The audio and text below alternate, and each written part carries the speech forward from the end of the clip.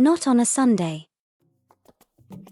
Sundays in Africa are known to have a sense of holiness, exuding purity and shining in the glory of God. And sin, yes sin, was a far cry. Sundays made sin disappear from existence, because everyone appears holy. Nigeria is in fact the temple of God's throne on Sundays.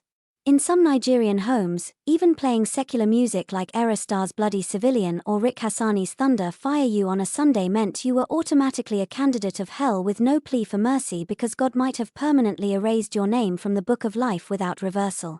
Or was it when you wore a gown slightly above your knee? The whole congregation would smirk in some denominations, naming you the harlot dripping wine that destroys the destinies of church brothers. So on Sundays everyone wore their garments of holiness with no blemish, and in your heart you would wish for God to come and take his children home, because indeed they are ready, the perfect bride waiting to be raptured. But are they really the perfect bride waiting to be raptured? Are they really holy as they portray? Should rapture happen on a Sunday? Now I'll tell you the story. Dressed in my best attire on Sunday, I looked very innocent and holy as I could be as I headed for church, humbly greeting everyone I came across on my way to church. Even the word holiness got its meaning from my appearance as I quietly walked into the church. Every step I took screamed Sister Holy Mary. Consciously avoiding eye contact with brothers and appearing shy was my signature of holiness. Gently I took my sit and looked around satisfied.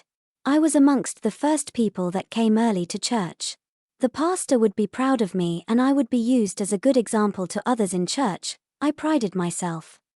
Soon after Sunday school, all church workers were present and more members had filled the church when Sister Enemy, the choral mama with her always intimidating and outstanding head tie, took the mic to lead us into the worship session. She appeared holy with a little attitude expressed on her, the kind of holy face that all singers carried right before they opened their mouths to sing.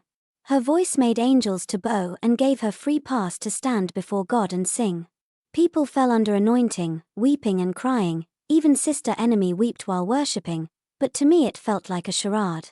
Don't get me wrong but it's just that before Sunday, I had seen Sister Enemy at the nightclub. Wearing the shortest gown my eyes had ever seen, sitting on the laps of a rugged man blessing her with smoked offerings from his mouth. And choral mima Enemy giggled, while rocking his laps. And now it was Sunday, and she stood right on the altar, holy, as pure as she could be, spotless and stainless, ready to be raptured. My mind was still processing about Sister Enemy after the wonderful praise and worship session she had just delivered when my eyes darted to Madame Tacconi, the good women's leader in the church. Trust Madame Tacconi to be a strict soldier of the Lord, helping the Lord to trim the vines that were fruitless and even helping the Lord to burn them up and take away bad eggs from the church.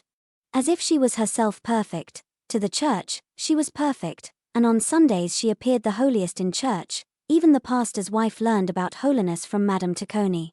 She saddled the responsibility of scolding indecent youths in the church, but that scolding ended only inside the church.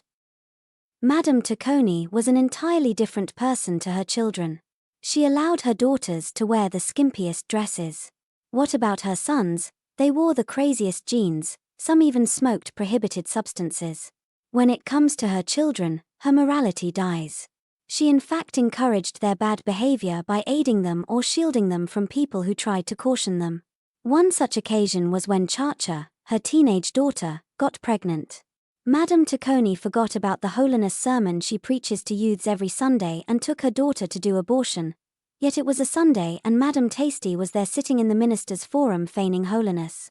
Maybe she thought nobody knew her dirty secret. But I knew about it. And don't ask me how I got to know about it. Just call me the church gossip, so nothing happens under my nose without me sniffing it out. Churches were going on fine until I turned my head around and my eyes fell on the youth pastor. The church said we should not talk about the Lord's anointed, but my mind couldn't stop talking about him as I sat on my seat. Youth Pastor Benga was a serial womanizer. If we had about 80 sisters in the congregation, Pastor Benga had had something to do with 70 of them. Except for sisters that refused his advances. Yet there he was sitting at the altar as a minister, pure and holy. Church service moved on smoothly, everybody danced to the altar to put their offerings and happily returned to their seats. Daddy Theophilus, the men's leader, stood on the altar to bless the offerings. Daddy Theophilus, whose secret job was to have an affair with the church widows. How he shamelessly stood at the altar marveled me, but what power do I have to judge? I held my calm and let every pretentious being carry out their church duty. After all, I wasn't even the holiest of them all, I was the church gossip, putting my mouth into things that do not concern me. And that's how I got to know everyone's dark secret. Just as I was about concentrating fully in church, the last person with the darkest secret climbed to the altar. Pastor Matt. He stood as he began the sermon. Instead of listening to the sermon, my mind drifted to the night I had seen him with a teenage girl, a girl about the same age as his first daughter, romantically holding each other while they were coming out of a motel. So, while Pastor Matt stood preaching on the altar, the sermon felt like a joke to me. I couldn't wait for service to be over, and as soon as the service came to an end, I was the first to leave the church. I left the church in deep thoughts. That Sunday night, as I laid in my bed, I wondered what the church had really turned into. People covered their faces with holiness in church, but outside church they were different. They only appeared to be holy on Sundays. So, while lying on my bed, I silently prayed to God not to come for rapture on a Sunday, so that He can catch everyone in their true selves. Thank you for watching and listening to my story. Please, like, comment and subscribe for more amazing stories.